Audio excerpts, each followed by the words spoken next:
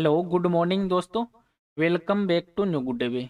आज है दोस्तों 21 नवंबर 2022 और 21 नवंबर 2022 से संबंधित जो भी डेली करंट अफेयर्स के क्वेश्चन बनते हैं इन्हें हम आज डिटेल से डिस्कस करेंगे। तो 21 नवंबर को कौन सा दिवस मनाया जाता है? तो 21 नवंबर को विश्व टेलीविजन दिवस के रूप में मनाया जाता है और इस दिन है जो टेलीविजन की जो दैनिक भूमिका है उस पर प्रकाश डाला जाता है, क्योंकि एक विभिन्न मुद्दों पर ये उनको प्रस्तुत और टेलीविजन के माध्यम से किया जाता है। और इसी के साथ में 21 नवंबर को सड़क यातायात पीड़ितों के लिए एक विश्व स्मरण दिवस के रूप में भी मनाया जाता है और ये दिन है वो वार्षिक सड़क यातायात मौतों की संख्या में एक हो रही जो वृद्धि है उन पर प्रकाश डालता है। और सड़क यातायात की चोटों में भी हाल में बहुत ही वृद्धि हुई है, जिसमें पीड़ित लोगों की आयु है वो 5 वर्ष से लेके 34 वर्ष के बीच में है। और आज की वीडियो की आपको पीडीएफ चाहिए तो आप हमारे टेलीग्राम जो ग्रुप है वहाँ से वीडियो की पीडीएफ है वो प्राप्त कर सकते हैं। और लास्ट में आपको एक क्वेश्चन भी दिया जाएगा जिसका आंसर आपको कमेंट बॉक्स में लिखना है। तो चलिए दोस्तों स्टार्ट करते हैं क्वेश्चन नंबर 1 से। और आज का वीडियो आपको अच्छा लगे तो चैनल को सब्सक्राइब और इसका बेल आइकन है वो जरूर प्रेस करें, ताकि डेली के जो वीडियो अपलोड कर रहा हूँ मैं उनका नोटिफिकेशन है वो आपको मिलता रहे। क्वेश्चन नंबर 1 है कि सीवी आनंद बोस को किस राज्य का राज्यपाल है वो नियुक्त किया गया है? तो आंसर है दोस्तों पश्चिम बंगाल राज्य का। जो डॉक्टर सीवी आनंद बोस है इनको जो पश्चिम बंगाल है उनका नया राज्यपाल है, उन नया राज्यपाल के रूप में इनको नियुक्त वो किया गया। और इस नियुक्ति की घोषणा वो राष्ट्रपति भवन से एक अधिसूचना के द्वारा जारी की गई है।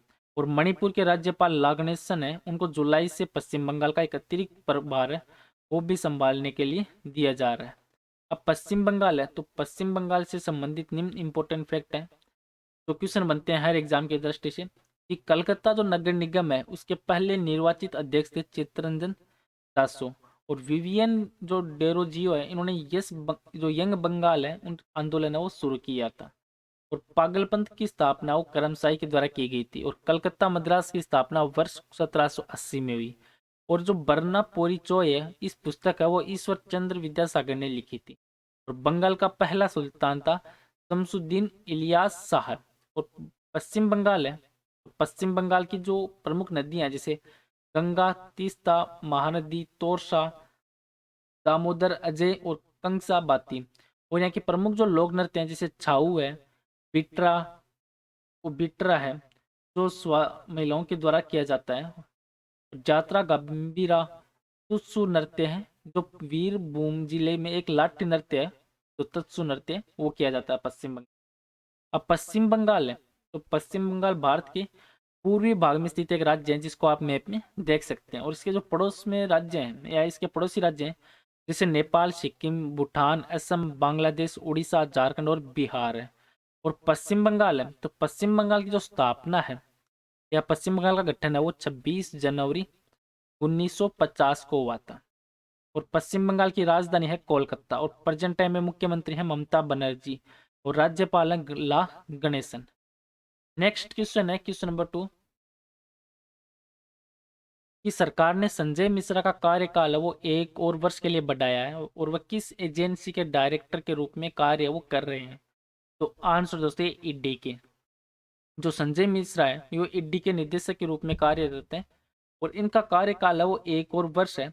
इस 1 वर्ष के लिए इनको कार्यकाल है वो बढ़ाया है। और आधिकारिक आदेश देखे तो अनुसार जो ईडी है उसके निदेशक के रूप में संजय कुमार मिश्रा का कार्यकाल है वो 18 नवंबर 2023 तक वो बढ़ाया गया है। और मूल रूप से ये 2020 में सेवानिवृत्त हो गए थे, लेकिन उन्हें एक पहले ही 1 वर्ष के दौर जो एक्सटेंशन में है वो मिल चुके हैं। अब ईडी है तो ये भारत सरकार के वित्त मंत्रालय के जो राजस्व विभाग है उसके एक अधीन एक विशेष वित्तीय जांच एजेंसी होती है। और इसका हेडक्वार्टर है कहाँ पे ईडी का? तो ये है दिल्ली में। दिल्ली में इस ईडी का हेडक्वार्टर। और ये प्रेजेंट टाइम में जो निदेशक है संजय कुमार मिश्रा। नेक्स्ट क्वेश्चन है क्वेश्चन नंबर 3 कि अंतरराष्ट्रीय पुरुष दिवस है ये प्रतिवर्ष कब मनाया जाता है? तो आंसर है दोस्तों 19 नवंबर को मनाया जाता है। तो अंतर्राष्ट्रीय पुरुष दिवस है ये दिवस का मुख्य उद्देश्य ये है या मुख्य विषय है कि जो पुरुष और लड़कों के लिए बेहतर स्वास्थ्य को बढ़ावा देना। और 19 नवंबर को हर साल अंतर्राष्ट्रीय पुरुष दिवस के रूप में इसी को मद्देनजर रखते हुए मनाया जाता है। और ये दिन है वो वैश्विक स्तर पर पुरुषों के द्वारा जो सामना किया जाने वाले जो विशेष मुद्दे हैं उन पर भी प्रकाश वो डालता है। अब नवंबर महीना है तो नवंबर महीने में निम्न इम्पोर्टेंट दिवस है और मनाए जाते हैं, जिनका रिवीजन कर लेते हैं।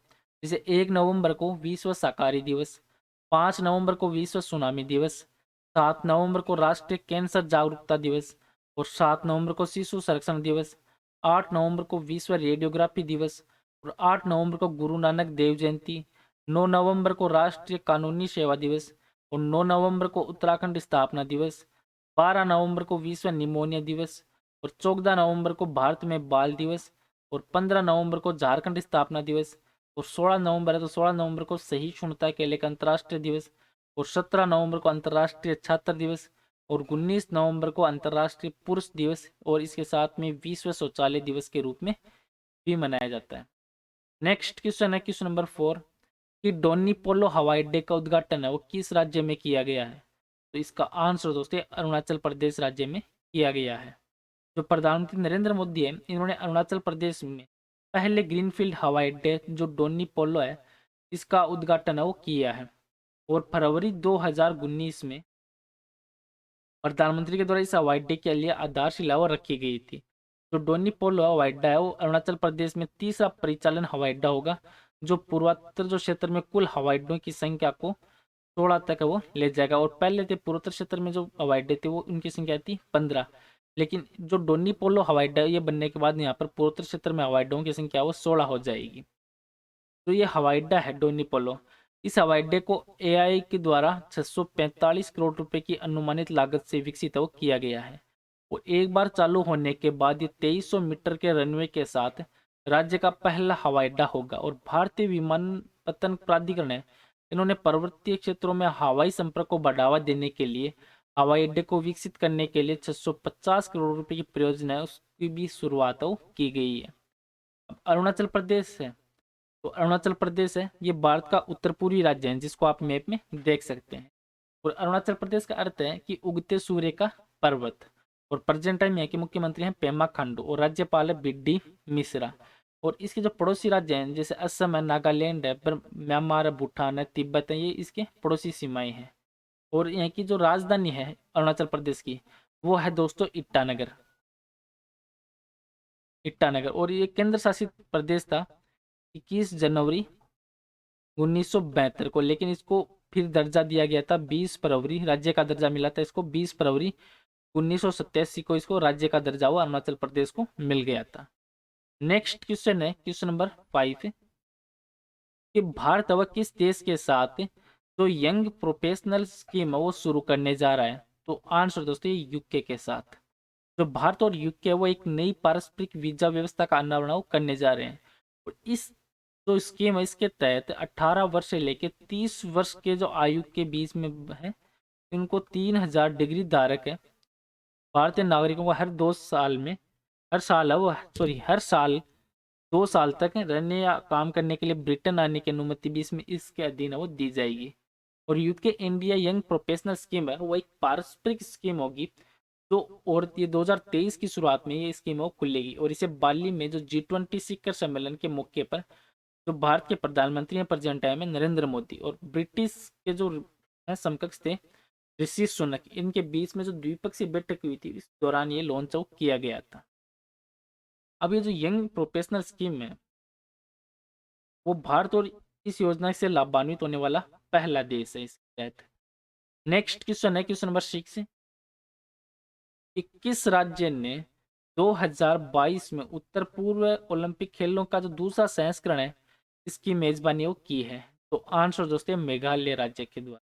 जो नॉर्थ ईस्ट ओलंपिक खेल है उसका दूसरे संस्करण है सेकेंड एडिशन है इसकी मेजबानी 2022 में शिलोंग मेघालय के द्वारा की गई थी। और मणिपुर है वह कुल 240 पदकों के साथ समग्र टीम चैंपियन के रूप में उभरा था। और असम ने कुल टोटल मिला के 203 पदकों के साथ दूसरा स्थान है वो हासिल किया था। और इसके बाद अरुणाचल प्रदेश का स्थान है वो रहा था।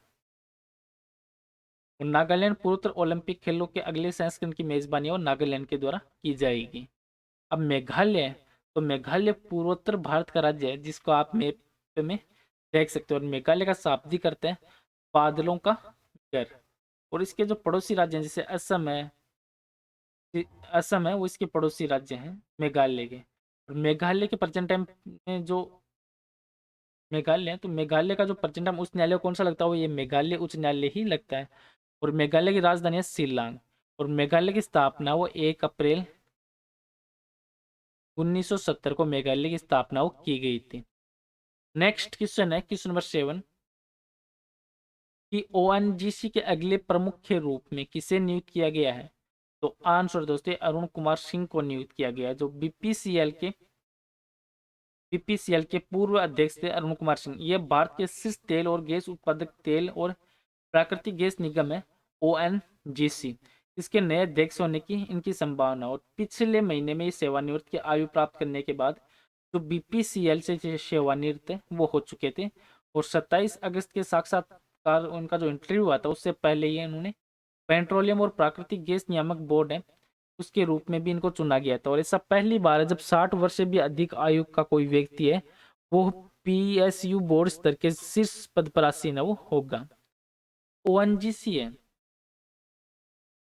तो ये एक इसका जो ओएनजीसी है इसका हेडक्वार्टर कहाँ पे है, तो इसका हेडक्वार्टर दोस्तों दिल्ली में। दिल्ली में इसका हेडक्वार्टर है और इसकी स्थापना वो 14 अगस्त 1956 में ओएनजीसी की स्थापना वो की गई थी 14 अगस्त 1956 को। नेक्स्ट क्वेश्चन है क्वेश्चन नंबर 8 कि यूरोपियन जो काउंसिल की स्थापना करने वाली पहली भारतीय कंपनी है वो कौन सी बन गई है। तो आंसर दोस्तों विप्रो कंपनी है, वो भारत की पहली कंपनी है वो बन गई है। जो भारत की दिग्गज आईटी कंपनी है विप्रो, उन्होंने अपने कर्मचारी प्रतिनिधि के साथ जो यूरोपीय वर्क्स काउंसिल है उसको स्थापित करने के लिए एक समझौता वो किया है। और ये यूरोप में अपने जो श्रमिकों के लिए यूरोपीय कार्य परिषद की स्थापना करने वाली पहली भारतीय कंपनी है वो बन चुकी है। तो ये यूरोपीय काउंसिल है वो एक सामूहिक निकाय है जो यूरोपीय संघ की सभी राजनीतिक दिशाएं और प्राथमिकताओं को परिभाषित वो करता है।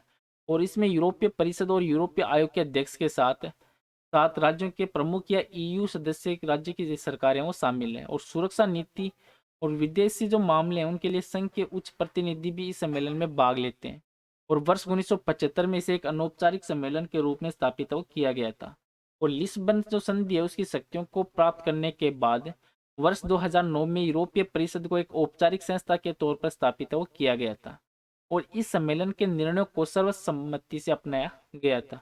और इसके प्रेजेंट टाइम में जो अध्यक्ष हैं वो हैं ऋषद प्रेम जी, और इसका हेडक्वार्टर है वो है मुंबई में। नेक्स्ट क्वेश्चन है क्वेश्चन नंबर 9 कि किस राज्य सरकार ने रामायण और महाभारत जो सर्किट बनाने का निर्णय वो किया है। तो आंसर दोस्तों उत्तर प्रदेश राज्य के द्वारा। जो यूपी सरकार है वो पर्यटन के क्षेत्र में क्रांतिकारी कदम इन्होंने उठाया है। और प्रदेश में जो धार्मिक और प्राकृतिक स्थलों की बहुत जो जनसंख्या बढ़ रही है उनको देखते हुए अलग अलग सर्किट का एक विकास किया जाएगा। और इसमें एक समान पर्यटन केंद्रों को शामिल किया जाएगा। अब उत्तर प्रदेश है तो उत्तर प्रदेश है ये भारत का सबसे बड़ा जनसंख्या के आधार पर और क्षेत्रफल के आधार पर चौथा सबसे बड़ा राज्य है जिसको आप मैप में देख सकते हैं। और इसके जो पड़ोसी राज्य हैं जैसे उत्तराखंड, हिमाचल प्रदेश, हरियाणा, दिल्ली, राजस्थान और मध्य प्रदेश, छत्तीसगढ़, बिहार और झारखंड है। और उत्तर प्रदेश के प्रेजेंट मुख्यमंत्री हैं योगी आदित्यनाथ और राज्यपाल आनंदीबेन पटेल। उत्तर प्रदेश में टोटल जिले हैं 75 और इसको राज्य का दर्जा वो मिला था 24 जनवरी 1950 को। और यहाँ की राजधानी है लखनऊ। नेक्स्ट क्वेश्चन है क्वेश्चन नंबर 10 कि भारत और किस देश ने 5वीं द्विपक्षीय साइबर नीति है वार्ता इस न्यू दिल्ली में आयोजित की है। तो आंसर दोस्तों ऑस्ट्रेलिया के द्वारा आयोजित की गई है। जो भारत और ऑस्ट्रेलिया इन्होंने द्विपक्षीय साइबर नीति वार्ता है जिसमें साइबर खतरों का मूल्यांकन 5G प्रौद्योगिकी सहित अगली पीढ़ी की जो दूरसंचार क्षमता निर्माण है, हिंद प्रशांत क्षेत्र में सहयोग और संयुक्त राष्ट्र में साइबर क्षेत्र में ताजा जो घटनाक्रम है उसके सहित सामरिक प्राथमिकता वाले क्षेत्रों को लेकर इसमें चर्चाओं की गई है। और आज का नेक्स्ट और लास्ट क्वेश्चन है जिसका आंसर आपको कमेंट बॉक्स में लिखना है कि भारतीय सेना की पहली महिला फ्लाइट ड्राइवर है वो कौन बनी है। तो इस क्वेश्चन का आंसर आपको कमेंट बॉक्स में लिखना है। और पीछे के वीडियो में भी आपको एक क्वेश्चन दिया था कि मेटा इंडिया के उपाध्यक्ष के रूप में किसे नियुक्त किया गया है। तो इसका राइट आंसर था ऑप्शन नंबर ए, संध्या देवनाथन को नियुक्त किया गया है। जो मेटा इंडिया है इसके उपाध्यक्ष के रूप में इनकी नियुक्ति वो हुई है। और पूर्व भारतीय प्रमुख हैं अजीत मोहन। ये इनको कंपनी से हटने के बाद कुछ दिनों के बाद जो संजय देवनाथन है इनकी नियुक्ति की गई है। और संजय देवनाथन है ये 22 वर्षों के अनुभव के साथ एक ग्लोबल लीडर भी है। चलो दोस्तों, आज का वीडियो यहीं पे समाप्त करता हूँ। वीडियो आपको अच्छा लगे तो चैनल को सब्सक्राइब और शेयर जरूर करें। Thank you all of you.